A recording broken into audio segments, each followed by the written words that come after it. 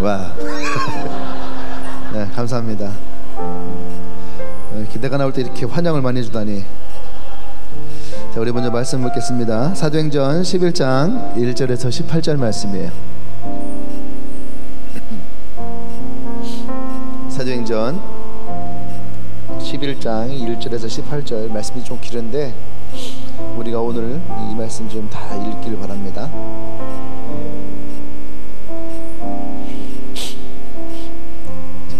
제가 한 절 여러분의 한 절 돌아가면서 함께 교독합니다. 유대에 있는 사도들과 형제들이 이방인들도 하나님 말씀을 받았다 함을 들었던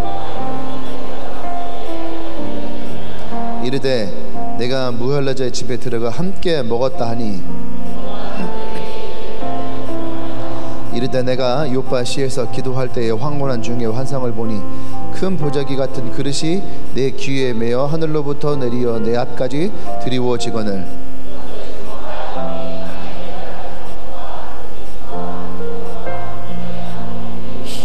또 들으니 소리 있어 내게 이르되 베드로야 일어나 잡아먹으라 하거늘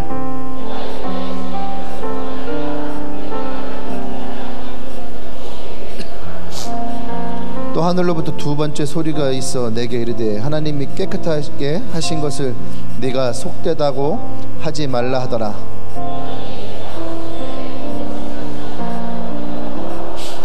마침 세 사람이 내가 유숙한 집 앞에 서 있으니 가이사라에서 내게로 보낸 사람이라.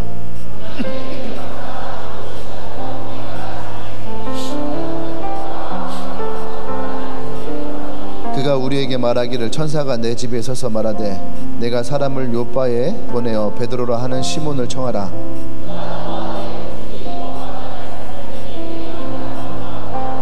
내가 말을 시작할 때에 성령이 그들에게 임하시기를 처음 우리에게 하신 것과 같이 하는지라.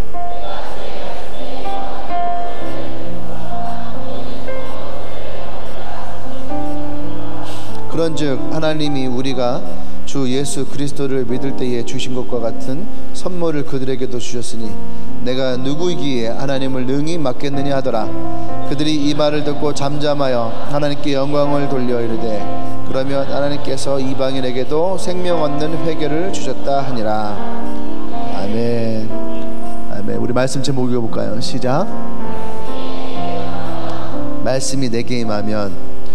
그냥 성경 말씀만 읽었는데도 은혜가 되지 않아요? 네, 오늘 저는 이 말씀만 읽어도 은혜가 돼요. 은혜가. 16절에서 보면은 15절에서 보면 내가 말을 시작할 때에, 그러니까 내가 말을 시작할 때에 그들에게 임하시기를 처음 우리에게 하신 것과 같이 하는지라. 이게 무슨 말이에요? 오순절날에 성령이 이 베드로와 제자들에게 임한 것과 같이 이들에게도 임하더라. 그래서 16절에 내가 주의 말씀에 요한은 물로 세례를 베푸었으나 너희는 성령으로 세례를 받으리라 하신 것이 생각났노라. 이거 예수님이 말씀하신 거잖아요, 제자들에게. 그죠? 예. 요한은 물로 세례를 줬지만 몇 날이 못 돼 너희들이 하늘로부터 이 성령의 세례가 임할 것이다. 근데 베드로가 오늘 이 집에 갔을 때에 딱 말을 시작하는데 성령이 이 베드로에게 동일하게 그 음성을 주셨다라는 거예요. 그러니까 17절 그런즉 하나님이 우리가 주 예수 그리스도를 믿을 때에 주신 것과 같은 선물을 그들에게도 주셨으니 내가 누구이기에 하나님을 능히 맡겠느냐 하더라. 할렐루야. 18절에 그들이 이 말을 듣고 잠잠하여 하나님께 영광을 돌릴 때 그러면 하나님께서 이방인에게도 생명 얻는 회개를 주셨도다 하니라. 아멘. 그냥 말씀만 읽어도 은혜가 되는데 이 말씀이 내게 임하면, 할렐루야. 네. 사람들은 그런 얘기를 해요. 오늘 설교 너무 좋았어요. 그렇죠? 설교를 들어서 이렇게 좋은데 그것이 내 마음에 임하면, 그것이 내 삶 가운데에 임하면 여러분, 그것이 우리에게 얼마나 더 많은 은혜가 되겠어요. 아멘. 네. 오늘 이 말씀을 읽으면서 그런 생각이 들어요. 우리가 읽어서 좋은 것도 있고, 이제 들어서 좋은 것도 있고, 때로는 우리가 먹어서 좋은 것도 있는데, 그 순간의 기쁨과 즐거움을, 그것을 여러분, 그것만을 바라보면은 절대 우리 인생은 그 순간의 기쁨을 가지고 살아갈 수가 없어요. 제가 라스를 하면서 고민에 빠졌던 게 있어요. 그게 뭐냐면, 두 번째 주제가 참된 행복이라는 거예요. 참된 행복. 첫 주부터 둘째 주, 셋째 주에 계속 나오는 게 뭐냐면 행복이라는 거예요. 사람들은 행복을 찾아서 살기 원한다. 그 행복을 위해서 돈도 벌고, 행복을 위해서 공부도 하고, 행복을 위해서 스펙도 쌓고, 행복을 위해서 때로는 남을 짓밟고 올라서기도 하고, 내 행복을 위해서 때로는 배신할 때도 있고, 내 행복을 위해서 때로는 내가 못된 짓을 할 때도 있고, 행복. 근데 그것이 그 인생의 참다운 행복이 아니더라 이거예요. 예수를 만났을 때에, 하나님 만났을 때에 우리 안에 비워진 이 공간에 정말로 내가 말할 수 없는 행복을 주신다라는 것을 얘기를 해요. 근데요, 이것의 구별을 여러분들 할 수 있을까? 나는 그냥 돈 잘 벌었고 나 잘 써도 그렇게 행복한데, 이렇게 얘기를 하면은 그것에 대해서 뭐라고 얘기를 할까? 사실은 제가 머릿속에서 그것을 그래서 근데 네가 생각하는 그 행복이 진짜 행복일까? 그렇게 했을 때 밤에 돌아가서 너의 침대에서 네가 술을 먹고 새벽에 술이 깼을 때의 그 허전함이, 이렇게 얘기를 했거든요. 근데 이번 컨퍼런스에서 이 문제가 해결됐어요. 그게 뭐냐면 진짜 행복이 무엇이냐가 있는 거야. 사람들은 행복하면은 기쁨과 즐거움, 이렇게 얘기해. 기쁨과 즐겁, 그 다음에 나의 만족하는 것, 잘 사는 것, 뭐 이런 것을 우리가 행복이다 했잖아요. 근데 이것은 혼적인 영역인 거야. 내 느낌, 내 생각, 내 의지를 통한 어떤 것을 이루는 것. 이해되시죠? 내가 돈을 많이 벌어서 의지를 가지고 돈을 많이 버는 거잖아요. 그래서 그것을 맛있는 거 사 먹었어요. 느낌, 오감, 육적인 것들, 내 육체가 만족하는 것들. 또 좋은 옷을 사고 그것을 감상하고 들으면서 좋아하는 거, 이것을 행복이다 했잖아요. 그러니까 거기에서만 머물면 안 되는 거예요. 이것은 혼적인 영역인 거예요. 근데 예수를 만나고 하나님이 우리에게 임했을 때에 우리에게 주신 진짜 행복이 뭐냐 이거예요. 진짜 행복이 뭐냐, 이미 그걸 예수님이 말씀하신 거예요. 진짜 행복이 뭐냐.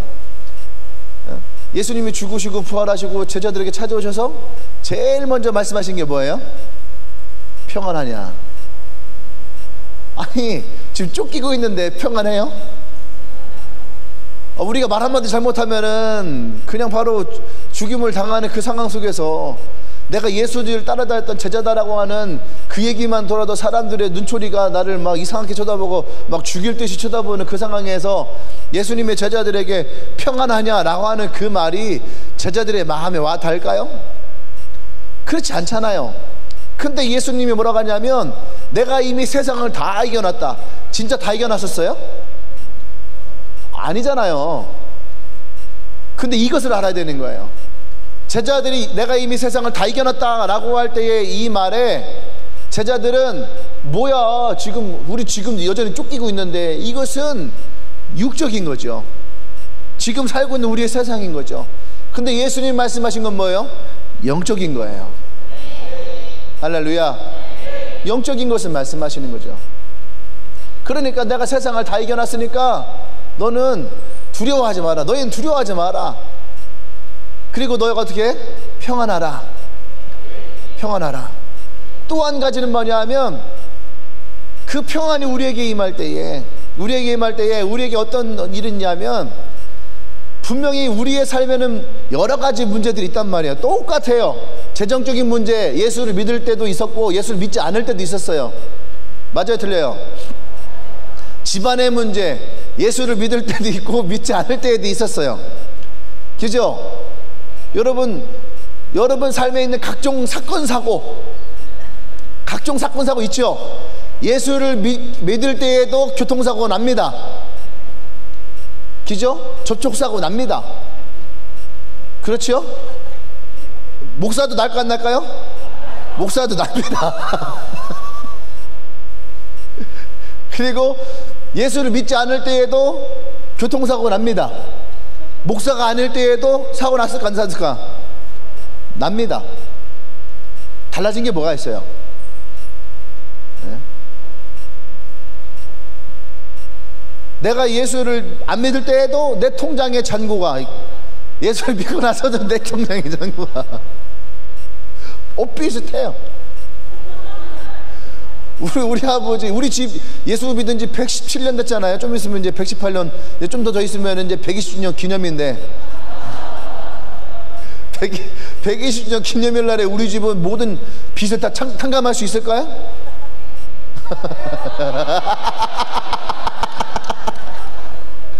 그 모르죠. 탕감할지 안 할지는 모르죠. 예. 어쨌든 이런 문제들은 계속 있단 말이에요. 그런데 무엇이 달라졌을까? 우리 아버지 예전에도 사업 망하고 똑같이 사셨고, 지금도 사업 망한 상태에서 지금 똑같이 사시고, 지금은 뭐 일도 안 하시는 거니까 똑같이 사시는데, 예전에는 아버지가 신앙생활 제대로 안 하실 때는요 맨날 인상 쓰고 살았어요. 맨날 인상 쓰고, 맨날 들어와서 돈 세시고, 점심 먹으러 와서 돈 세시고, 저녁 먹으러 와서 돈 세시고, 밤에 들어와서 돈 세시고. 네. 택시 운전하셨으니까. 네. 뭘 세요? 안 사 다 아는 거 아니에요? 이제 그래도 세는 거 혹시 1,000원이라도 더 벌었을까? 네. 근데 요즘 일 안 하시거든요. 근데 맨날 노래 부르시고 누우세요. 뭐가 이렇게 평안하세요? 근데 그게 뭘까 이렇게 했을 때에 이번에 컨퍼런스에 딱 말씀하시더라고요. 행복은 혼적인 영역이라면 하나님 주시는 희락은 영적인 것이다. 평안과 희락은 영적인 것이에요. 그러니까 똑같이 내 삶에 어떤 문제들이 있지만, 예전에는 그 문제에 내가 묶여 살았지만 하나님의 은혜가 임하니까 여전히 똑같은 문제 가운데서도 여전히 내 마음에 뭐예요? 하나님의 평안이 있고 희락이 있다라는 거죠. 아멘. 네. 그것이 왜 그럴까요? 말씀이 우리에게 임하니까. 네. 요한복음 1장 1절에서 말씀은 곧 하나님이시라. 그 하나님이 빛으로 우리에게 찾아오셨을 때에 그 빛이 내 마음에 임하니까 우리는 그러거든요. 기쁘고 즐거운 일 있으면 뭐라고 하냐면, 야, 너 얼굴 왜 이렇게 밝아? 얼굴이 밝은 것이 아니라 사실 내 마음이 밝아진 거예요. 내 마음이 밝아진 것이 내 얼굴로 표현되는 거죠. 전구가 밝은 것은 이것이 밝은 것이야. 그 안에는 필라멘트가 밝아지는 거예요. 그 전기가 통하면서 그것이 밝아지니까 이 전구에 있는 유리가 그것을 우리에게 비춰주는 것처럼, 내 안에 있는 내 심장이, 내 마음에 빛이 비춰지니까 그것이 내 얼굴로 드러나는 거죠. 아멘. 속이 썩어 있으면 얼굴이 어때요? 썩소죠. 썩어요. 미소를 져도 어떻게 해요? 그걸 썩 쏠아가는 거예요. 썩은 미소. 그러니까 절대 그것이 같지 않다는 얘기예요. 할렐루야. 말씀이 임하면 우리에게 이러한 것들이 있다는 얘기죠. 근데 오늘 이 말씀을 통해서 우리가 무엇을 보게 하냐면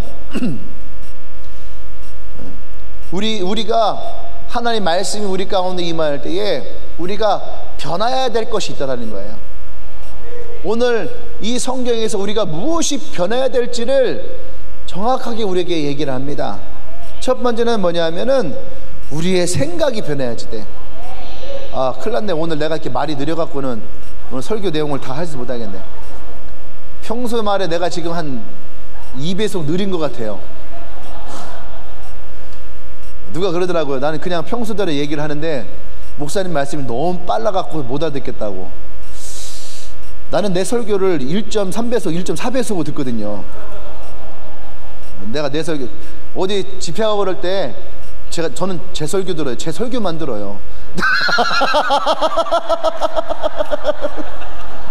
남들이 보면 미친 또라이 같은데 근데 되게 웃긴 게 제가 제 설교를 들으면서 가잖아요. 그럼 제가요 듣고 가면서 웃고 있어 혼자. 제가 어떤 설교는 5번을 들었어요. 나 절대 2번 이상, 난 드라마도 똑같은 거 2번 보지 않거든요. 어떤 예능도 어떤 재밌는 것도 2번 보지 않는데 내 설교를 내가 5번을 들으면서 똑같이 웃고 있는 걸 그런 모습을 보고 내가 참. 근데 신기한 게 내가 설교한 건데 난 기억이 없어요. 그러면서 내가 혼자 설교하면서 내가 내 설교에 감탄해. 내가 그때마다 생각해. 나 미친 거 아니야 막. 내 스스로 너 되게 이상한 애 같아 뭐 이러고 그러는데 그럼 한쪽으로는 되게 감사하게 이게 확실히 내가 하는 게 아니구나. 내가 했으면 기억이 다 나야 되는데 근데 내가 그런 생각을 해요. 어떻게 요 순간이 이런 말이 나올 수 있지? 내 스스로 되게 감탄을 해요. 그러니까 내가 때로는요 가끔씩 다른 교회 가서 내가 했던 설교를 이렇게 할 때가 있어요. 근데 여러분 다 아는 것처럼 제가 거의 본문을 이게 설교를 안 보고 설교를 하잖아요. 그게 무슨 의미냐면은 말하는 거와 내용이 달라할 때가 많아요. 여기 없는 내용이 너무너무 많이 있어요. 그러니까 나도 내 설교를 내가 따야지 돼. 앉아갖고 이렇게 따야 되는데 이게 얼마나 했다냐면은 2-3초 한 번씩 멈춰야지 돼. 2-3초 한 번씩 멈춰서 나도 따야지 돼요. 그런데 이게 뭔가가 이렇게 물 흘러 들어가듯이 설교가 물 흘러가듯이 막 흘러가면은 진행되는 방향을 알잖아요. 근데 얘는 진행되는 방향을 내가 모르겠는 거예요. 내 설교인데 그래서 내가 다시 따야지 돼. 근데 웃긴 건 뭐냐면 따서 갔는데 그게 안 되는 거예요. 따가지고 갔는데도 그게 안 돼. 이해가 안 돼. 나도 여러분 이 시간 되게 중요한 시간인 거예요. 할렐루야. 네. 오늘도 여전히 보진 않겠습니다. 이게 참 신기한 거예요. 내가 이렇게 설교를 준비를 하고 그럴 때는 이 설교 참 좋겠다 싶은데 이상하게 또 아침에 일어나서 오잖아요. 오고 차 타고 오면서 머리 안에서 또 앉아서 안에서 이것이 또 하나님의 새로운 감동들이 와요. 그러니까 1부 예배가 틀리고 2부 예배가 틀리고 그 감동이 오는 것을 저는 그대로 하고 싶어요. 네. 아멘. 오늘 본문에서 중요한 얘기는 뭐냐면 베드로와 제자들은 이방인에게는 복음이 들어가지 않는다라는 거였어요. 예수의 복음은 오직 유대인에게만. 나는 이런 사고를 가진 제자들이 이해할 수가 없어요. 왜냐하면 예수님과 함께 3년 반 동안 다녔던 지역은 예루살렘보다는 오히려 이방이 더 많았어요. 이해되십니까? 예. 예루살렘이 아닌 지역에서의 복음을 더 많이 하고 다녔단 말이에요. 근데 정작 이들이 성령이 임하고 이들이 복음을 전할 때가 되니까 이들이 유대인에게만 복음을 전하는 것으로 한정을 짓고 있는 거예요. 아멘? 예. 그 베드로도 그런 생각했던 거죠. 근데 베드로가 요바에서 복음을 전하고 있을 때에 이제 하나님이 베드로에게 꿈을 주시죠. 환상에 주시고 꿈을 주시는데 하나님이 그걸 잡아먹으라 그랬어요. 여러분 같으면 어떻게 해요? 먹어야지. 일단은 먹어야죠. 근데 베드로는 뭐라냐면 내가 먹을 거와 먹지 않을 것이 구별되어 있는 거예요. 그러니까 깨끗하지 않은 것은 내가 먹지 않습니다. 근데 하나님이 뭐라 하냐면, 야, 내가 깨끗하게 하고 내가 주는 건데, 그러잖아요. 제가 전에 그런 얘기를 했잖아요. 하나님은 율법을 만드실 때에, 모세를 통해서 율법을 주실 때 그 율법을 주신 이유는 뭐냐면 이스라엘 백성과 더 가깝게, 이스라엘 백성과 더 함께 하시기 위해서. 그래서 율법을 정했는데, 그래서 인간이 하나님과 인간 사이를 어떻게 해요? 갈라놓는다는 거예요. 하나님과 사람 사이를 더 멀어지게 만들었어요. 하나님을 더 어렵게 만들어 버렸어요. 예, 그거 그렇게 율법이 변질돼 버린 거예요. 그 예수님이 오셔서 뭐래요? 난 율법을 파하러 온 것이 아니라 율법을 완성하러 왔다. 그래서 율법을 뭐라 말씀하세요? 율법은 하나님을 사랑하고 이웃을 사랑하라. 이 의미가 뭐예요? 하나님과 더 가까워지는 거란 말이에요. 아멘? 근데 어떤 일이 생겼냐 하면, 베드로가 이 꿈을 꾸고 나서 깼는데 바깥에 사람들이 있는 거예요. 베드로를 찾으러 온 거죠. 베드로 그 사람 딱 보는데 감동이 뭐냐면 따라가라 이거예요. 가이사라 빌립보, 그 가이사라 따라가라 이거예요. 예. 감동이 왔어요. 그래서 따라갔어요. 따라갔더니 누구예요? 백부장인 고넬료의 집인 거죠. 귀족이란 말이에요. 예. 로마의 귀족이에요. 근데 그 집안에 들어갔는데 그들이 뭐라고 하냐면, 우리가 기도하는데 성령이 그들 마음에 임하여서 요바로 가면 베드로로 하는 시몬이 있는데 그 사람을 데리고 가라. 그 사람들이 너희들에게 이 복음을 줄 것이다. 야, 누구 믿음이 더 좋은 거예요? 고넬료의 믿음이 더 좋은 거죠. 그죠? 그 베드로가 왔어요. 와서 이들을 보고 딱 하는데 감동이 임하는 거예요. 오순절날에 감동이 이 베드로에게 임하며 이 집에도 동일하게 이것이 일어날 것이라 하는, 그래서 기도했단 말이에요. 기도했는데 어떻게 해요? 그들에게 성령이 동일하게 임하더라는 거예요. 아멘. 그런데 이 이야기가 예루살렘에 전해지게 된 거예요. 그때 예루살렘에 전했더니 그 제자들이 베드로를 향해서 뭐라고 하는 거예요? 질타를 하는 거예요. 질타를. 근데 웃긴 거죠. 그들이 질타한 내용이 뭐냐 이거예요. 야, 베드로! 너 왜 그들에게 기도해줬어? 이게 아니었어요. 야, 베드로! 너 왜 그들에게 성령을 임하게 한 거야? 이것이 아니었어요. 3절에 야, 베드로! 너 왜 그들과 밥 먹었어? 웃기지 않아요? 그럼 돌이켜보세요. 돌이켜보면, 이 이야기들을 누가 했을까? 이런 이야기를요, 누가 했을까? 어디서 들었을까? 복음서를 가보잖아요. 예수님이 마태의 집에 갔을 때에 마태와 함께 창녀들과 그 세리들과 함께 밥을 먹었어요. 그때 그를 따라다녔던 바리새인들이 그 뒤에서 보면서 예수님이 뭐라 그랬어요? 예수여, 당신 어찌해서 저 죄인들과 함께 밥을 먹습니까? 그랬단 말이에요. 그 예수님이 뭐라고 말했어요? 병든 자에게 의사에게 필요하듯이 죄인에게는 내가 필요한 것이다. 할렐루야. 그러니까 내가 저들과 밥 먹는 것을 너희들이 이상히 여기지 말라. 그러니까 그들과 다니면서 밥을 먹었단 말이에요. 이방인들에게 가서 밥을 먹었단 말이에요. 그것을 지켜봐왔던 제자들이 지금 바리새인들이 했던 말과 똑같이 하는 거예요. 바리새인들이 생각했던 것 그대로 지금 똑같이 갖고 있는 거예요.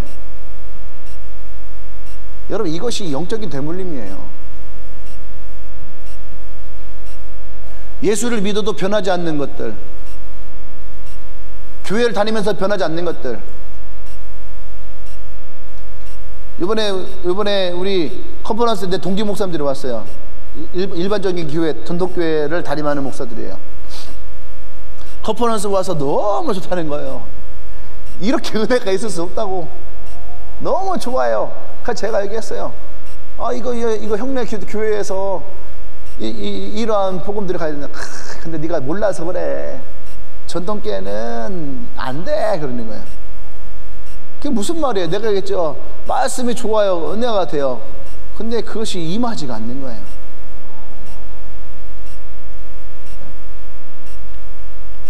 12명의 정탐꾼이 있어요. 근데 그들 똑같이 가서 보고 듣고 먹고 경험한 것을 가지고 돌아왔을 때에 왜 그 10명은 다른 말을 했을까? 하나님의 말씀이 임하지가 않은 거예요. 하나님의 말씀이 임하였다면 그들은 그들이 보고 먹고 경험한 것을 가지고 와서 그렇게 말할 수 없다는 얘기예요. 그들의 사고가 그대로 있더라는 얘기예요. 예수님과 함께 3년 반 동안을 경험했어도 그들이 가지고 있는 생각이 그대로 있다라는 거예요. 예수 믿은 지 교회 다닌 지 20년 됐어도 그 사고가 지금도 그대로 있다라는 얘기예요. 어제 니나가 그랬나? 니나가 어제 밤에 잠깐 얘기를 하는데 어머니 오셨길래 어머니 어떠셨냐 했더니 어머니 너무 좋으셨대요. 은혜 많이 받으셨다고. 그런데 은혜 너무 받았는데 마음 한쪽이 불편한 거야. 왜냐면 엄마가 섬기는 교회가 있잖아요. 근데 그 교회는 장로들끼리 폐가 갈라져 버리고 또 이제 또 교회 뭐 다 자세히 말할 수 없지만 어쨌든 여러 가지 일반적인 전통기 가지고 있는 문제들이 그대로 있는 거죠. 네. 근데 그러면서 한 얘기가 뭐냐면 어머니가 권사님인데 대표기도를 하셨는데 한복을 안 입으신 거예요. 그때 뭐라 하냐면 기도할 때는 한복 입어야 된다고. 하나님이 한복 입는 거 좋아하신다고. 한복 입고 기도하지 않으니까 은혜가 안 된다고. 대체 이 사고방식은 어디에서 오는 걸까요? 미국에서 한복 입어요? 영국에서 한복 입어요? 예루살렘에서 한복을 입어요?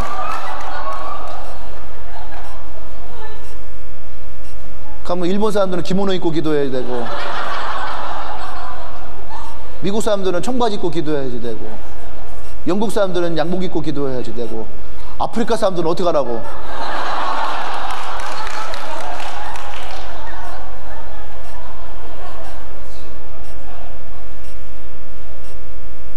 그런 게 아니잖아요.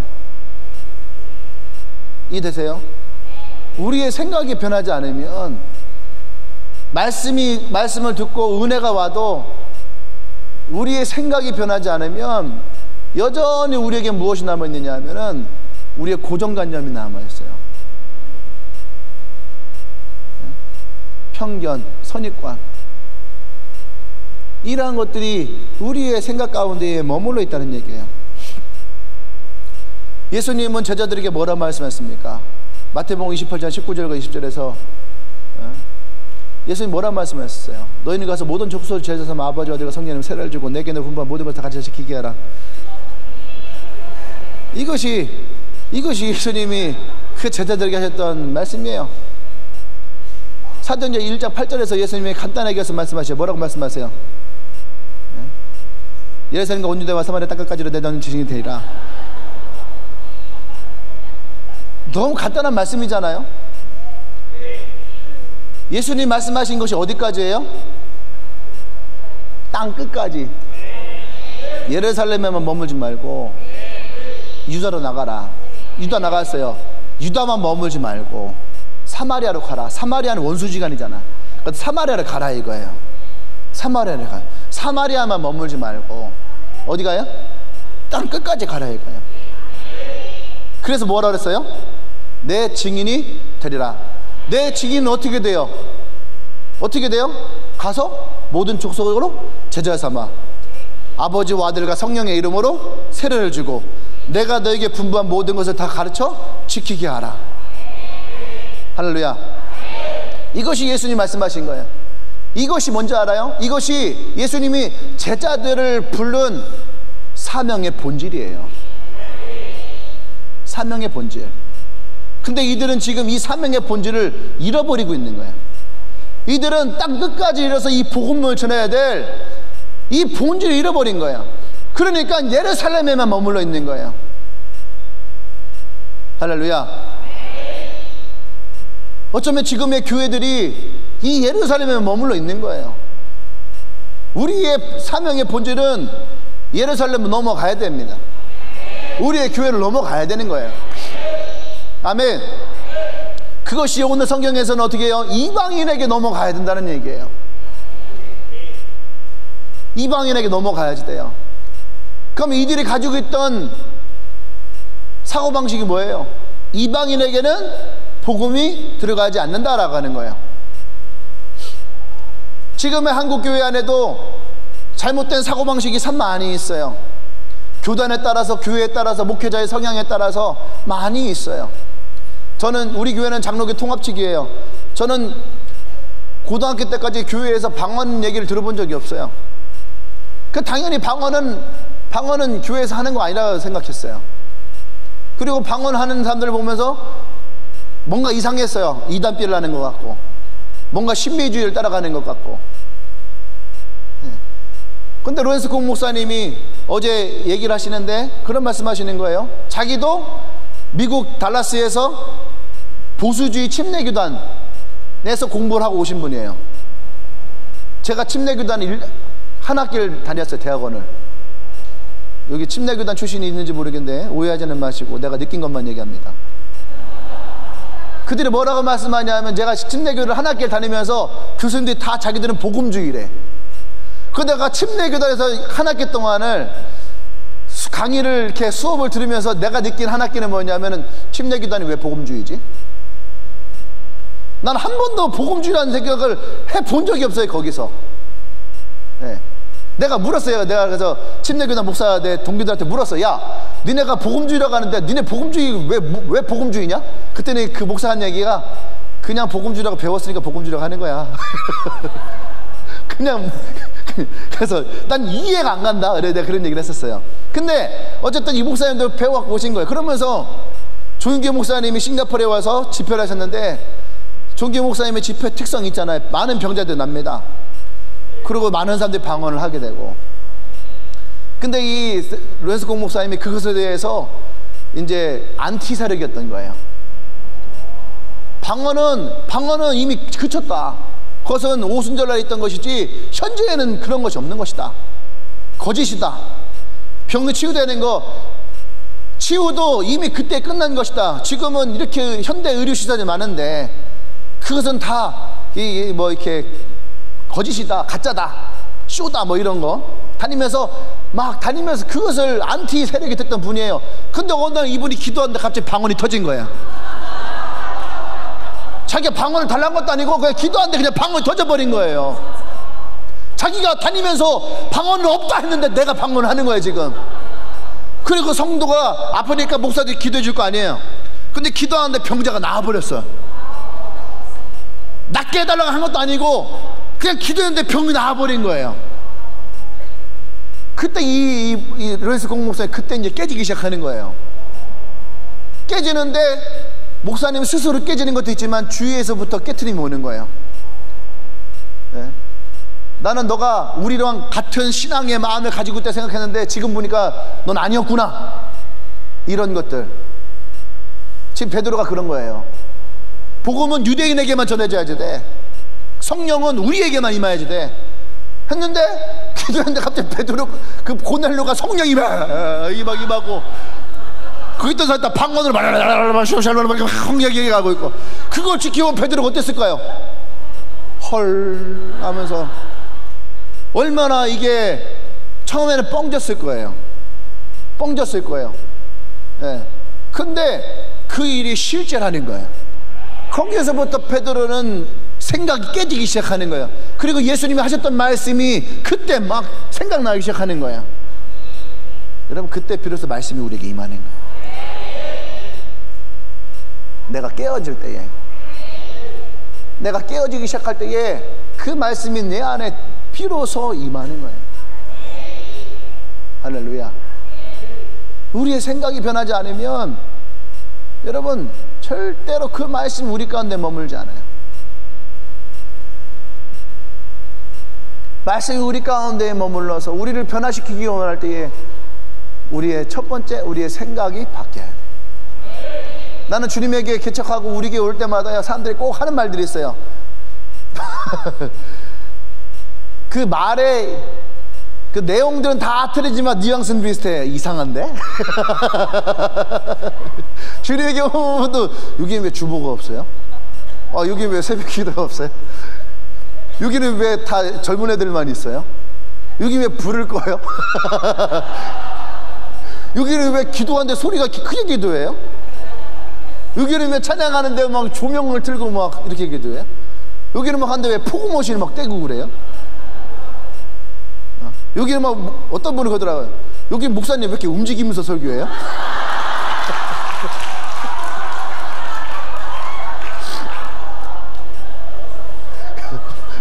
내가 안 들어본 얘기가 없어요.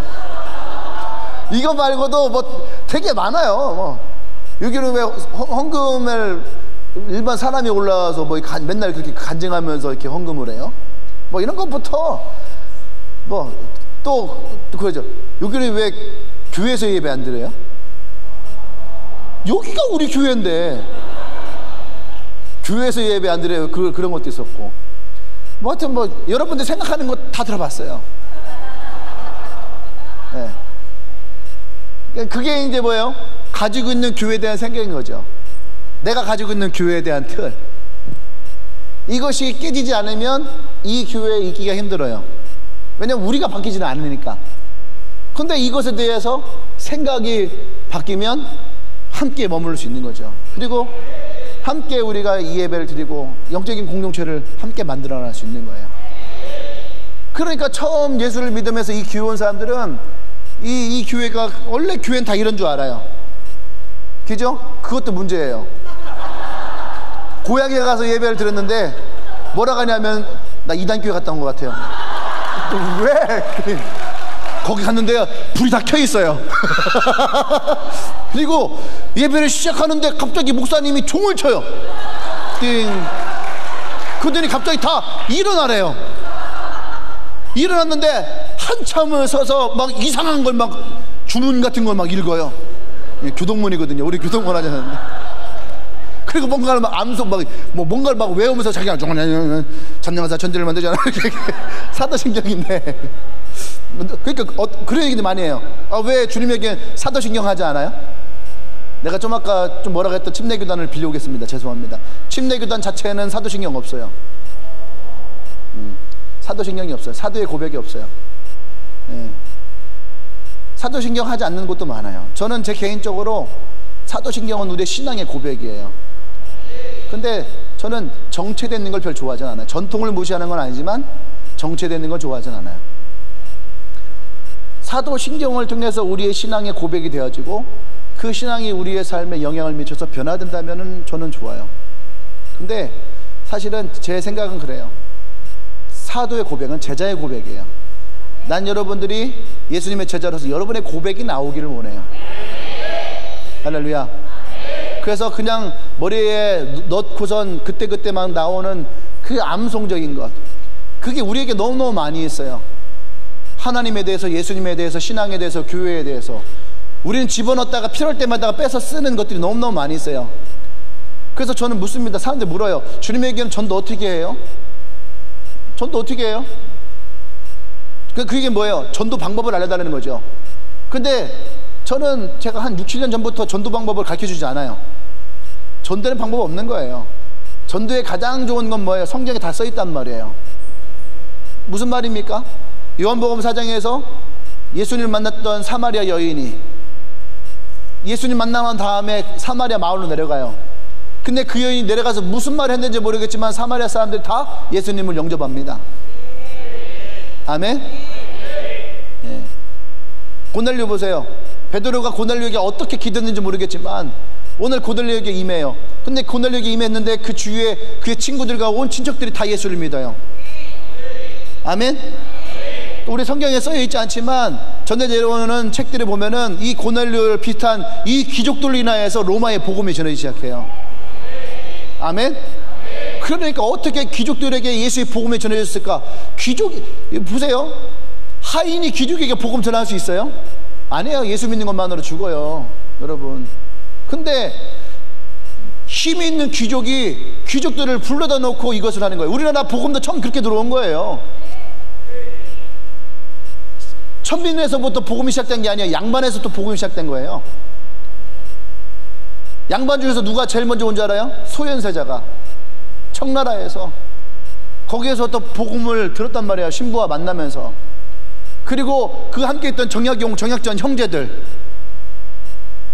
그의 귀족들이 먼저 복음을 들었단 말이에요. 그것이 뭐예요? 우리가 알기에는 서양의 학문, 학문으로 내려오면서 복음에 전하기 시작하는 거예요. 무슨 말 했는지 모르겠지만 이들에게도 근데 그들이 어떻게 합니까? 이것이 그들에게 들어갔을 때에 그들의 생각을 깨트리기 시작한 거예요. 내가 가지고 있던 나의 고정관념, 나의 편견, 나의 선입관, 편견들이 그때 깨지기 시작하는 거예요. 그러니까 하나님의 말씀이 그들 가운데 강력하게 임해요. 강력하게 임하니까 이들이 절대 이 생각을 놓을 수가 없는 거예요. 아멘? 그러니까 로마서 12장 2절에서 너희는 마음을 새롭게 하고, 할렐루야, 이 세대를 본받지 말고 마음을 새롭게 하라는 거예요. 그 마음은 뭐예요? 마음은 두 가지로 표현됩니다. 하나는 생각, 하나는 우리의 진짜 우리의 마음, 이 안에 있는 마음. 그게 영과 혼을 새롭게 하라 이거예요. 그 변화를 받아서 하나님의 선하시고 기뻐하시고 온전한 뜻이 무엇인지를 분별하도록, 그러니까 생각하라 이거야. 생각, 분별하도록 하라. 그냥 이것이 오랜 시간 또 전통이니까 그냥 받아들이고, 이것이 좋은 거니까 좋은 다 받아들이는 것이 아니라, 이것이 하나님의 선하시고 기뻐하시고 온전하신 뜻인지를 분별하라 이거예요. 베드로가 이것을 분별을 하는 거예요. 그러고 나니까 4절에서부터 이제 예루살렘에 있는 이 제자들에게 얘기를 하기 시작하는 거예요. 할렐루야. 얘기를 하기 시작해요. 근데 다행인 건 뭐냐면 이 제자들이 베드로의 얘기를 자세히 들어요. 자세히 들으면서 마지막 18절에 들으면서 뭐라고 합니까? 아, 이방인에게도 임하는구나 하고 보세요. 되게 재밌어요. 18절에 보면은 그들이 이 말을 듣고 잠잠하다는 건 뭐예요? 생각을 하고 있는 거예요. 이게 하나님의 선하시고 기뻐하시고 온전하신 뜻인지를 이들이 생각을 해. 예수님이 하셨던 말씀들을 곰곰이 들으면서 생각을 하고 있는 거예요. 그러면서 하는 얘기가 뭐예요? 하나님께 영광을 돌리고 이르되 하나님께서 이방인에게도 생명 얻는 회개를 주셨도다. 그러니까 이 제자들이 위대한 거예요. 바리새인들은 끝까지 이것을 돌이키지 않는데, 이 제자들은 베드로가 성령이 임하여서 이들에게 임하였던 것을 그대로 얘기할 때에, 여러분, 그래서 성령이 교통하는 거예요. 제자들에게도 베드로의 마음과 그 생각이 그대로 이어지는 거예요. 여러분, 이것이 공동체예요. 이것이 공동체야. 예루살렘 일반 유대교회 때문에 어떻게 했어요? 이거 가지고요 패가 나눠지는 거예요. 인정하는 패, 인정하지 않는 패. 교회, 오늘날 교회도 마찬가지예요. 오늘날 교회도 이것을 인정하는 사람들, 인정하지 않는 사람들. 교회는 그것이 아니에요. 제자들의 사명이 뭐라였어요? 제자들을 부르신 사명이 뭐예요? 복음을 전하는 거예요. 교회의 본질적인 사명이 뭐예요? 교회의 본질적인 사명은 복음을 전하는 거예요.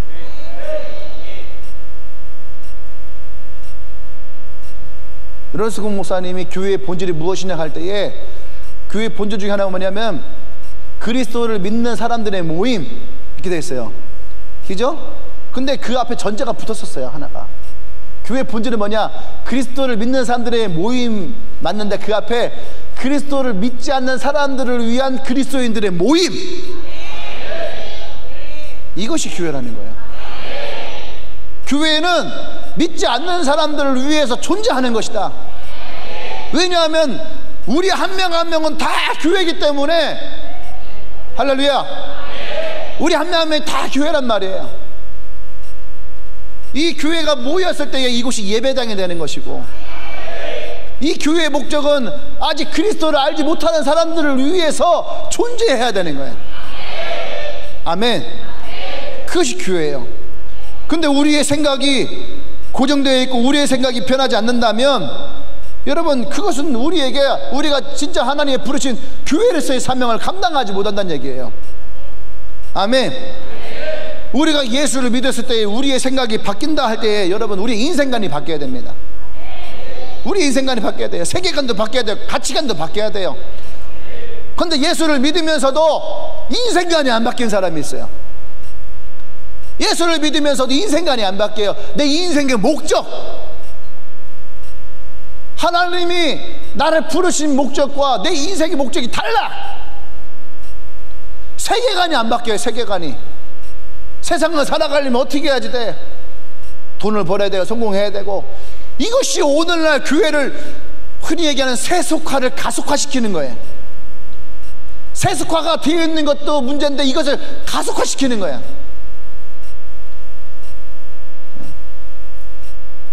보세요. 지금 한국 교회의 주일학교가 다 무너져요. 다 무너져. 중고등학교 주일학교 다 무너지고 있단 말이에요. 왜 그래요? 그렇게 교회에서 얘기하는 세속화, 근데 그것이 심장부가 바로 주일학교라는 거예요. 아이들 학원 가야 되고 과외해야 되고, 이거는 교회의 문제, 목사의 문제가 아니에요. 성도의 문제예요. 내 자녀만이 나가는 이기심, 그 안에는요 이 세계관이 안 바뀐 거예요. 하나님께 내 자녀를 맡길 때에 하나님이 내 자녀를 책임진다라고 하는 믿음이 없는 거예요. 그러니까 내가 어떻게 내 자식들을 성공시켜야 되는 거예요. 학원을 보내고 과외를 시키고 공부를 시키고, 지금 교회에서 이렇게 앉아있을 시간이 없는 거예요. 여러분, 한국 교회의 고령화는 교회 문제가 아니에요. 한국 교회의 고령화는 젊은 세대의 문제예요. 40대 이하, 50대 이하, 지금 한참 자녀들이 낳고 키우는 그 부모들의 문제예요. 그러니까 이번에 오셨던 제 동기 목사님들이 G2F 컨퍼런스 보고 놀래요. 자기가 생각했던 G2F 컨퍼런스는 나이 드신 사람들 오는 거 생각한 거야. 그렇게 하고서 이렇게 환하게 켜놓고서 목사 한 명 나와서 이렇게 강연하듯이 설교하고 찬송가 부르고 끝나는 걸로. 근데 와봤더니 무대가 막 휘황찬란하게 막 있는 거예요. 일단 그거에 압도가 된 거예요. 그 놀란 거 뭐냐, 온 가족이 다 온 거예요. 그냥 막 갓난아기서부터, 아니 갓난아기까지 이렇게 오냐고. 그랬어요. 이건 G2F 교회 모든 교회 문화라고. 예, 할아버지서부터 손주까지 그냥 다 같이 와서, 그래서 거기에 막 돗자리 깔고 막 있고 물어, 여기서 자는 거야? 아, 그건 아니고 쉬고 먹고 이러는. 근데 그게 너무 애들이 막 자연스러운 거야. 막 뛰어놀고 있고, 안에서는 막 찬양을 강의하고 있고, 뒤에서는 또 막 하고, 이게 너무 자연스러운 거야. 마치 어디 막 피서와 있는 것처럼. 자기네 교회들에서는 이런 것들을 상상할 수가 없는 이런 모습들. 지금 이 아이들이 이렇게 있을 수가 없는 거야. 와봤더니 또 막 젊은 중고등부 청년들이 막 잔뜩 있으니까 그걸 또 놀라는 거예요. 그러면서도 나이 드신 분이 막 그잖아요. 여러분 나오십시오 하면은 막 그분들이 막 뒤에서 막 뛰어가니까 이게 그게 놀라는 거예요. 자기네 교회는 조금만 나이만 먹었다 하면은 움직이질 않아. 움직이지 않고 그대로 앉아있고, 뭐 하면은 밑에서 뭐 아이고 젊은 애들 나가야지, 뭐 이러한 분위기. 근데 여기는 막 그런 게 아닌 거예요. 그러니까 거기서 이제 충격을 먹는 거예요. 여러분, 우리의 세계관이 바뀌어야지 돼요. 그 다음에 세 번째, 가치관이 바뀌어야 돼요. 가치관. 지난번에 얘기했죠. 그 설교 참조하십시오. 내가 지금 무엇을 보고 있는가? 한 2, 3주 됐을 거예요. 우리 가치관이 바뀌어야지 돼요. 어떤 것에 가치를 두고 살 것이냐. 이 가치관이 인생관을 만들고 세계관을 만드는 거예요. 이것이 뭐예요? 무엇으로부터 시작돼요? 생각으로부터. 우리의 생각으로부터 이것이 시작이 되어지는 거예요. 아멘. 생각을 바뀌면 우리의 고정관념이 넘어섭니다. 선입관과 편견도 뛰어넘게 돼 있어요. 아멘.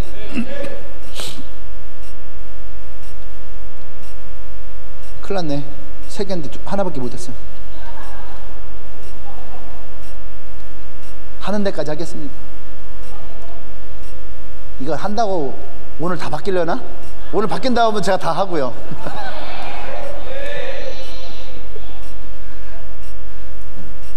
또 이렇게 했을 때 불편하신 분들 있죠 지금. 내 동기 목사님 그러더라고요. 자기네 교회는 12시 땡 하면 끝나야 된대. 어제는 12시 5분 되니까요 앞에 있는 장로님들이 이렇게 하더래요. 이 목사님이 그걸 무시하고선 12시 20분까지 한 거예요. 그때 이제 장로님이 예배 끝나고 와서 그러더래요. 목사님이 그러시면 우리 교회 있기 힘듭니다. 그런데 그 다음에 또 설교하는데 또 시간이 넘어간 거예요. 그랬더니 이분이 또 그러더래. 그랬더니 그분 거기서 쫓겨났어요. 그래서 대체 그 예배는 누구를 위한 예배예요? 일단 저의 생각은 도저히 이해가 되지 않는. 나 수련회 가면 4-5시간씩 하거든요. 토론회 가서 4-5시간. 지금 이 시간은 뭐냐? 지금 분위기 만든 시간이에요. 그러면 갑자기 사람들이 막 이런 분위기에, 이런 분위기. 아, 쟤 뭐지? 하는 분위기. 그럼 시작합니다. 그렇게 시작을 해요. 그렇게 하고 이제 설교가 끝나죠. 그러면 대부분 설교 끝나면 기도 한 10분 하고 끝나잖아요. 보통 2시간은 해야죠. 평소에도 안 하는데 6개월치는 해야 될 거 아니야.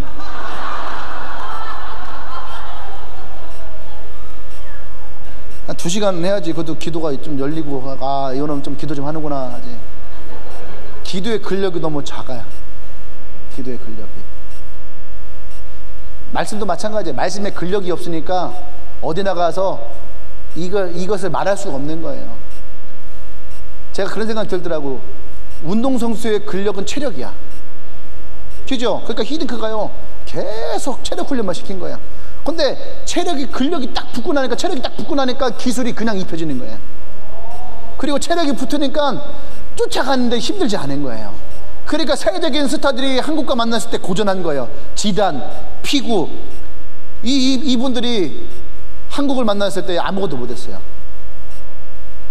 근데 그러면 그리스도인에게 근력이 뭘까? 저는 근력이 기도, 말씀 이렇게 생각했거든요. 아니야. 그건 아니에요. 그것은 똑같은 거. 우리가 먹고 자고 하는 그런 거 똑같은 거야. 생활이에요. 그럼 우리의 근력이 뭘까 했을 때에 저는요, 이런 것들이 근력이에요. 양육 같은 것들. 그러니까 내가 누구를 만나도 예수님에 대해서 수수수수 나올 수 있는, 수수수수 나오다 보면 이제 간증도 나오죠. 테크닉 이렇게 나온단 말이에요. 근데 그것이 없으면은 그냥 여러분들이 그냥 간증만으로 풀려고 하지 말아요. 복음이 어떤 것인지를 내가 알고 있어야지 여러분들이 이 복음 안에서 간증이 녹아지는 것이지. 처음 만나자마자 내 간증을 하면은요, 웃긴 거예요. 언제 봤다고. 근데 복음이 녹아지는 속에서 내 간증이 나와야 돼요. 그래야지 그것이 힘을 얻고 탄력을 얻는 거예요. 아멘. 그러니까 두 번째 뭐냐, 우리의 생각만 바뀌면 안 돼. 이거 하나 맞출게. 생각만 바뀌면 안 돼. 우리의 삶의 방식이 바뀌어야 돼요. 사람들은 생각이, 컨퍼런스에 내가 오늘 질문하고 싶었거든. 그게 뭐냐면, 여러분들은 이번에 컨퍼런스 레마가 뭡니까? 그 여러분들이, 세자 목사님 묻죠. 여러분들이 컨퍼런스에서 어떤 변화가 있었습니까? 어떤 은혜 받았냐 말하잖아요. 어떤 변화가 있었습니까? 어떤 경험을 했습니까? 이것은 뭐냐면요, 다른 말로 하면은 너의 삶이 어떻게 바뀌었냐는 거예요. 할렐루야. 우리의 삶의 방식이 바뀌어야 돼요. 이 삶의 방식이 바뀌어야지만이 여러분 문화가 바뀌는 거예요. 삶의 방식은요, 우리의 문화예요. 문화. 내 삶의 문화. 이 삶의 문화가 바뀌어야지 직장의 문화가 바뀌어요. 삶의 방식이 바뀌어야지 직장의 문화가 바뀌고, 가정의 문화가 바뀌고, 교회의 문화가 바뀌고, 밥 문화가 바뀌고, 할렐루야, 내 취미 문화가 바뀌는 것이고, 결혼 문화도 바뀌어요. 장래 문화도 바뀌어요. 재산 문화도 바뀌는 거예요. 우리가 살고 있는 우리의 모든 문화가 바뀌는 거예요. 근데 이것이 바뀌지 않으니까 우리는 더 힘든 세대를 부딪히는 거예요. 계속 내 생각은 바뀌었는데 또 내 편견과 선입관도 바뀌었는데 세상은 안 바뀌어요. 아니, 세상은 바뀌는 것이 아니에요. 내가 바뀔 때에 내 삶의 문화가 바뀌어야 되는 거예요. 내 삶의 문화가 바뀌어야 돼요. 오늘 이들도 마찬가지예요. 이들은 생각의 문화에서 뭐예요? 삶의 문화를 갖고 들어가요. 왜 네가 이방인들과 밥을 먹냐? 지금 이들이 더 화를 내는 건 이거였어요. 근데 보세요, 예수님은 이것을 일찌감치 무너뜨렸단 말이에요. 바리새인들 다니면서 왜 죄인들과 밥을 먹냐, 이것도 있었죠. 또 하나의 그때 당시 유대 문화를 깨트린 것이 뭐냐 하면, 안식일 날에 제자들이 안식일 날에 뭘 주워 먹어? 또 하나는 뭐예요? 안식일 날에 손 마른 자를 고쳐요. 병자를 고쳐. 그러니까 이 바리새인들에게는요, 유대 문화는 충격인 거예요. 안식일 날 아무것도 안 해야 되는데. 근데 예수님이 뭐라고 합니까? 안식일 누구를 위한 것이냐? 와, 이것은 삶의 문화의 혁신이에요. 지금 유대 안에 있는 삶의 문화의 혁신의 화두를 던져버린 거예요. 안식일을 누굴 위한 거예요? 지금 내가 얘기했잖아. 이들은요, 율법 안에서 하나님과 사람 사이를 멀어지게 됐다고. 그러니까 안식일을 누굴 위한 거예요? 하나님을 위한 거예요. 하나님을 위해서 우리는 아무것도 하지 않아요. 근데 하나님이 안식일을 준 것은 6일 동안을 열심히 살아온 우리를 위해서 주시는 거예요. 할렐루야. 아멘. 그러니까 예수님이 거기다 던지는 거예요. 안식일을 누굴 위한 것이냐. 그러니까 그들이 아무런 말 하지 못하는 거죠. 왜? 지금까지 그런 생각을 해본 적이 없거든. 예수님은 그 유대 문화의 삶의 문화를 완전히 바꿔버리는 거예요. 할렐루야. 그것이 바뀌어야지 사회의 문화가 바뀌는 거예요. 그것이 바뀌어야지 그 안에 있는 자그마한 문화 하나가 다 바뀌는 거예요. 직장의 문화가 바뀌고, 가정의 문화가 바뀌고, 학교의 문화가 바뀌고, 교회의 문화가 바뀌고. 할렐루야. 그러니까 오늘 이들에게도, 베드로와 그 제자들에게도 뭐예요? 자기들도 모르게 유대의 문화가 그냥 우리 안에 있는 거예요. 유대의 문화가 그냥 우리 안에 있는 거예요. 우리 안에. 그러니까 교회 안에도요, 교회의 문화가 아닌, 우리나라는 같은 유시야, 유교의 문화가 들어와 있는 데도 많아요. 유교의 문화가.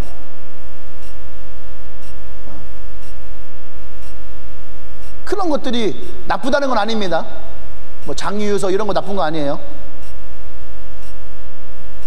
나쁜 건 아닌데 우리도 모르는 사이에 이러한 것들이 우리 안에 들어와 있다는 거예요. 청빈 사상 같은 거. 교회 다니는 사람들은 욕심을 내지 않는다. 욕심을 내지 않는다는 게 기독교의 마인드와 맞는 걸까? 물론 우리가 막 욕심내서 막 그런 건 아니에요. 근데 그래서 욕심을 내지 않는다는 것은 뭐냐 하면, 없는 것에 대해서 그 청빈하다라고 하는, 그러니까 교회는 청빈해야 되고, 그리스도인들은 청빈해야 되고, 더 많은 돈을 벌고 뭐 이런 것에 대해서 생각하지 않고. 그런데 예수님은 요한복음 10장 10절에서 예수님이 오신 이유에 대해 말씀하잖아요. 생명을 주고 더 풍성케 하기 위해서. 그 풍성함은 어디로 가야 되는 거예요? 그러니까 우리 안에 이런 잘못된 것들이 많아요. 어떤 목사님이 양복 한 벌 가지고 20년을 입었다. 우리 목사님 대단하신 분이라고 그렇게 얘기하시는 분들이 있어요. 내 친구 같았으면은 막 욕하고 한 대 때리고 싶은. 그 20년 동안 너는 그러면은 몇 개의 옷을 샀냐? 대전에도 어떤 교회 목사님이 프라이드를 20몇 년을 프라이드를 타신 분이 있어요. 그분은 훌륭하신 분이에요. 인생 자체를 그렇게 살아오셨으니까. 근데 그 20년 동안 탄 프라이드를 밑에 있는 부목사에게 물려줬어요.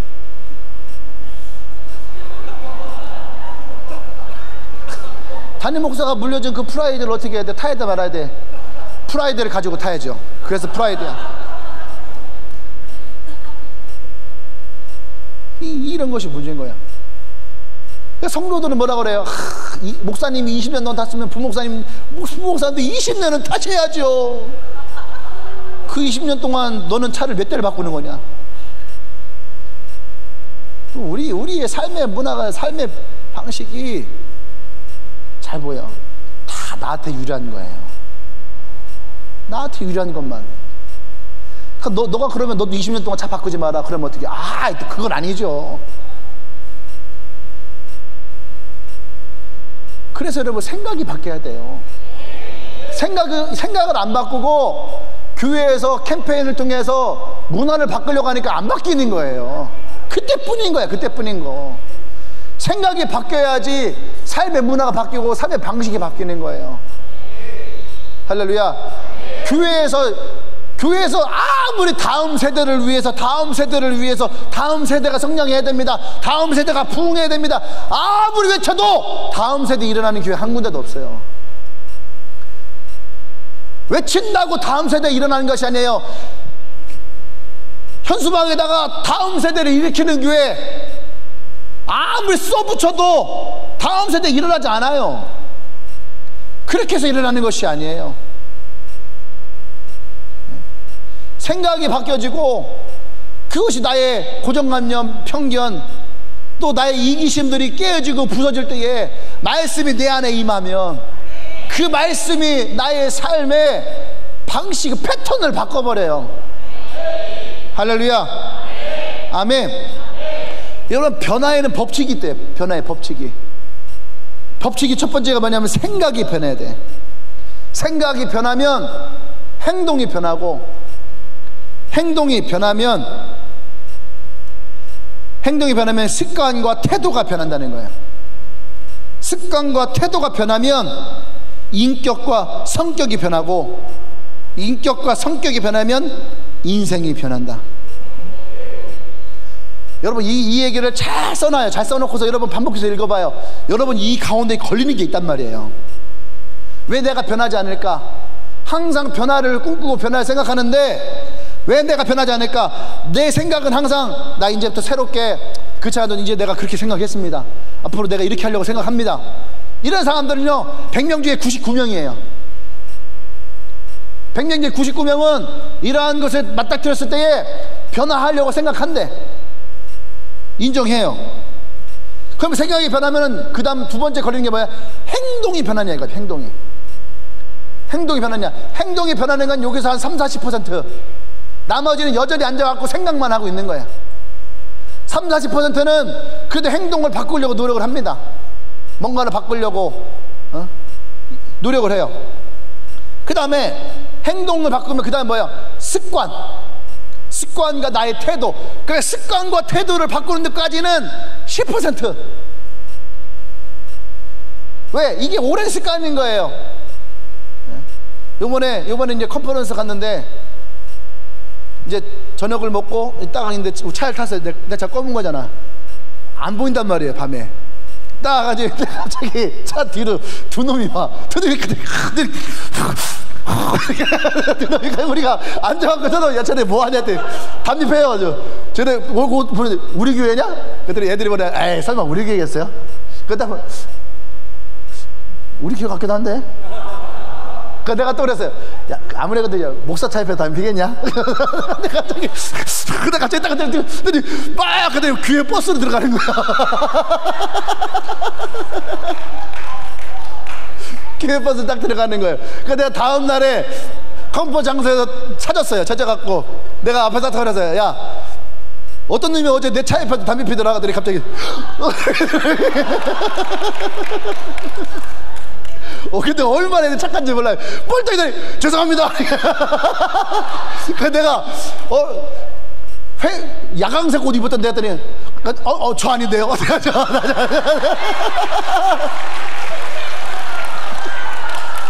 그래서 내가 그래서요, 야 근데 어제 저녁에 밥 먹고 너 어제 저녁에 밥 먹고 검정차 입혀서 폈어 안 폈었더니 저 맞아요, 죄송합니다.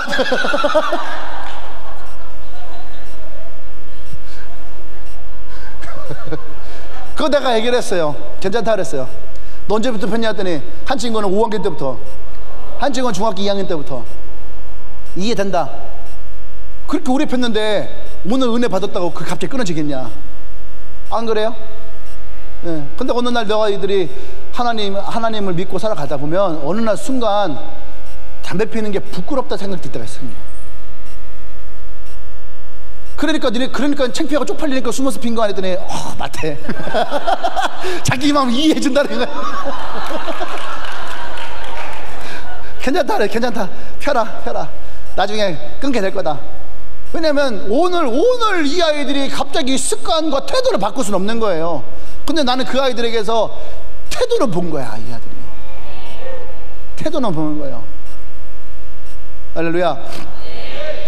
내가 어디에서 멈춰 있는가? 행동에서 멈춰 있는가? 아니면 그 다음에 우리의 습관과 태도가 있는가? 습관과 태도를 바꿨는데 여전히 변하지 않는 것이 뭐예요? 인격과 성격이에요. 인격과 성격. 요것이 바뀌어야지 우리 인생은 더 많이 바뀝니다.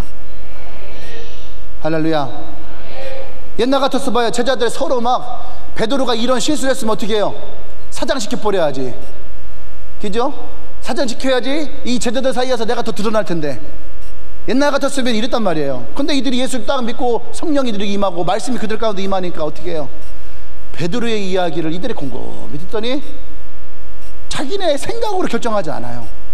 이게 지금 삶의 방식이 바뀌어진 거예요. 그들이 그 이야기를 듣고 어떻게 해요? 인정해 주는 거예요. 아, 네 말 얘기 들어보니까 먼저 하나님께 영광을 멋있지 않아요? 우리 하나님께 우리 감사합시다. 아니, 그게 했다고. 그리고 나서 베드로에게 여러분 태도가 아주 좋아요. 습관 같은 태도 좋아요. 그랬더니 어떻게 해요? 이들이 이것에 대해서 어떻게 해요? 하나님께 영광을 돌리고 베드로에게 뭐라 합니까? 야, 베드로야, 하나님의 생명이 그들에게도 임하는구나.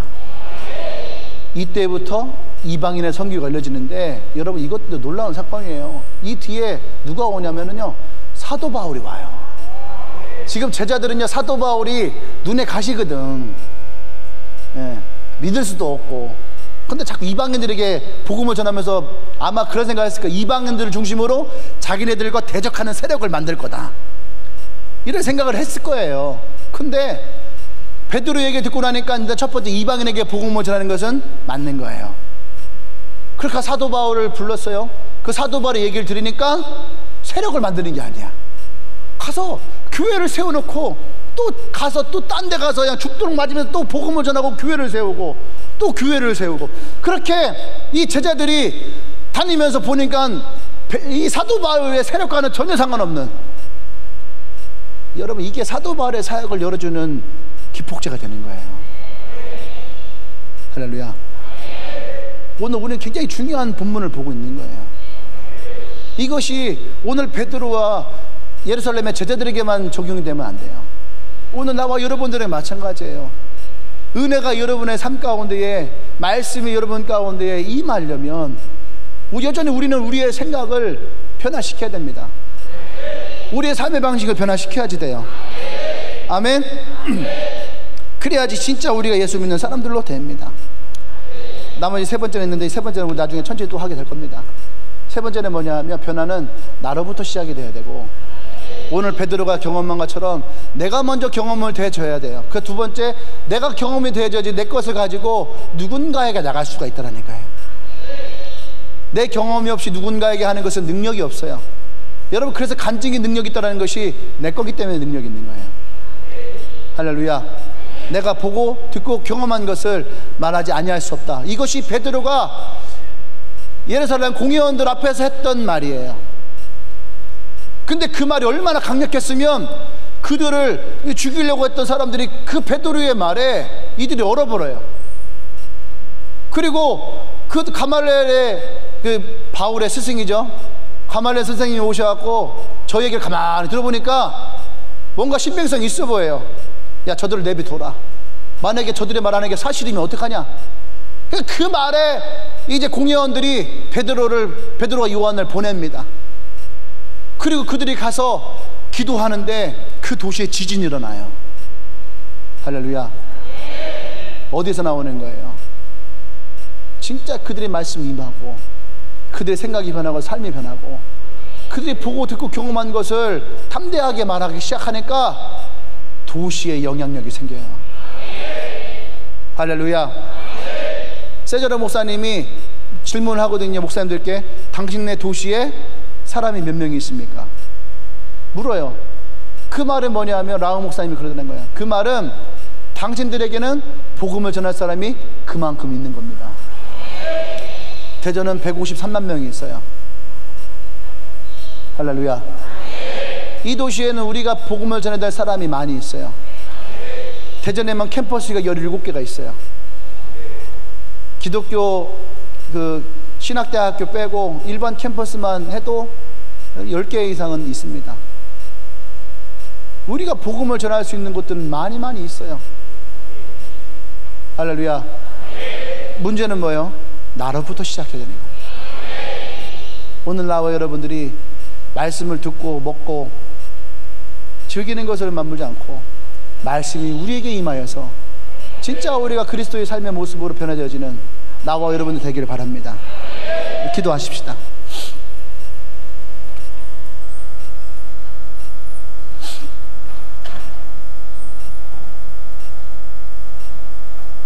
우리 오늘 하나만 기도하십시다. 다 같이 자리에서 일어날까요? 다 같이 자리에 일어나서 우리 한 가지만 기도하며 나가십시다. 우리 두 손을 높이 들고, 하나님, 말씀이 오늘 내게 임하고, 컨퍼런스의 말씀이 내게 임하고, 성령의 말씀이 내게 임할 때에 나의 생각이 변하고 나의 삶이 바뀌기를 원합니다. 그곳에 여러분들의 삶을 넣으세요. 직장, 캠퍼스, 여러분의 가정, 여러분의 셀, 이 교회, 여러분 그곳에 그것을 넣으십시오. 그곳에서 하나님 영광이 일어나길 원합니다. 그곳에 생명이 일어나길 원합니다. 나로부터 이 생명이 일어나게 하여 주시옵소서. 할렐루야. 나에게 임하였던 성령이 내가 속한 곳에 동일하게 일어나게 하여 주시옵소서. 할렐루야.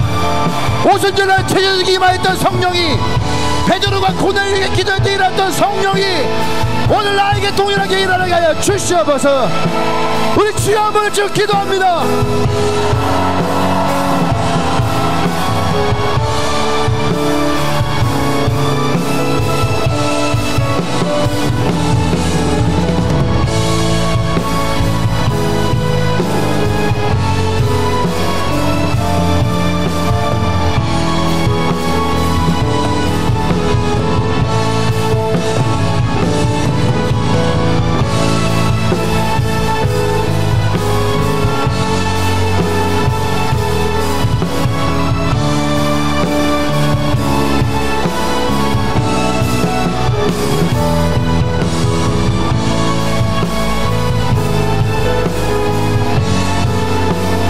나의 삶으로 흘러가길 원합니다. 나의 삶으로 흘러들어가길 원합니다.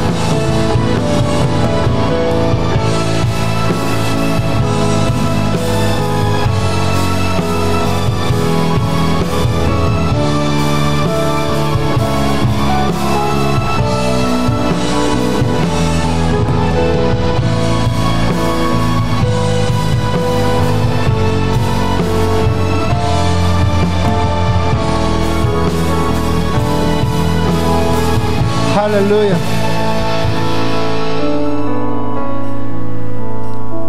하나님, 그렇습니다. 오늘 이 말씀대로 우리의 삶에 동일하게 일어나기를 원합니다. 주의 말씀이 우리 가운데 임하며 우리의 생각이 변하고 우리의 삶이 변하고, 그래서 우리의 인생관, 우리의 세계관, 우리의 가치관, 나의 직장에 대한 나의 태도, 캠퍼스에 대한 나의 태도, 가정에 대한 나의 태도, 셀에 대한 나의 태도, 교회에 대한 나의 태도, 하나님, 이것이 우리에게 다 변화되어 주기 원합니다. 하나님의 생명이 일어나게 하시고 주의 은혜가 나를 통해서 흘러가기를 원합니다. 하나님이 나를 부르신 그 부르심의 본질을 하나님 우리가 깨닫고 마음에 새기며, 하나님이 내 삶을 인도하며 내 삶을 풍성케 하고 하나님이 주시는 그 평안과 희락이 넘치는 진정한 행복이 내 삶 가운데 있게 하여 주시옵소서. 오늘 이곳에 있는 한 명 한 명을 축복하오니 주여 기름 부어 주시옵소서. 예수님의 이름으로 기도합니다. 아멘. 할렐루야. 아멘. 그래서 오늘 점심은 갈비탕입니다. 생뚱맞게. 뭔가 오늘 설교와 갈비탕이 너무 잘 어울리는 것 같아. 왜냐고 묻지 마세요. 그냥 내 마음이에요. 아멘. 네, 그리고 오늘 저녁 7시에 용원동 교회에서는 원포포 리더들과 우리 대학생 캠퍼스 모임 같이 하도록 하겠습니다. 네. 저녁을 먹고 와야 될까요? 먹지 말아요. 네, 그냥 오십시오. 금식합시다. 혹시 오늘 예배 처음 오신 분 있나요? 오늘 네.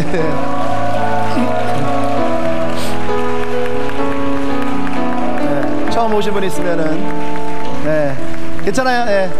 네, 어려우면 안 나와도 괜찮아요. 네, 안 나와도 괜찮습니다. 네. 제가 기도할게요. 주님 감사합니다. 또 예배 가운데에 처음 이 예배를 참여합니다. 주님께 축복해 주시고 그 인생에 오늘 고넬료와 같이 성령이 임하며 그 그의 삶이 하나님이 풍성케 하는 은혜가 있게 하여 주시옵소서. 이제는 우주 예수 그리스도의 은혜와 하나님의 크신 사랑과 성령의 교통 역사하심이 오늘 우리 안에 말씀이 임하며 나의 생각이, 나의 삶이 변하며 그것이 나의 삶을 더 풍성케 하는 주님의 은혜가 되기를 소망하는 주님에게 모든 성도들을 위해 지금부터 영원토록 함께 하시기를 간절히 축원합니다. 아멘.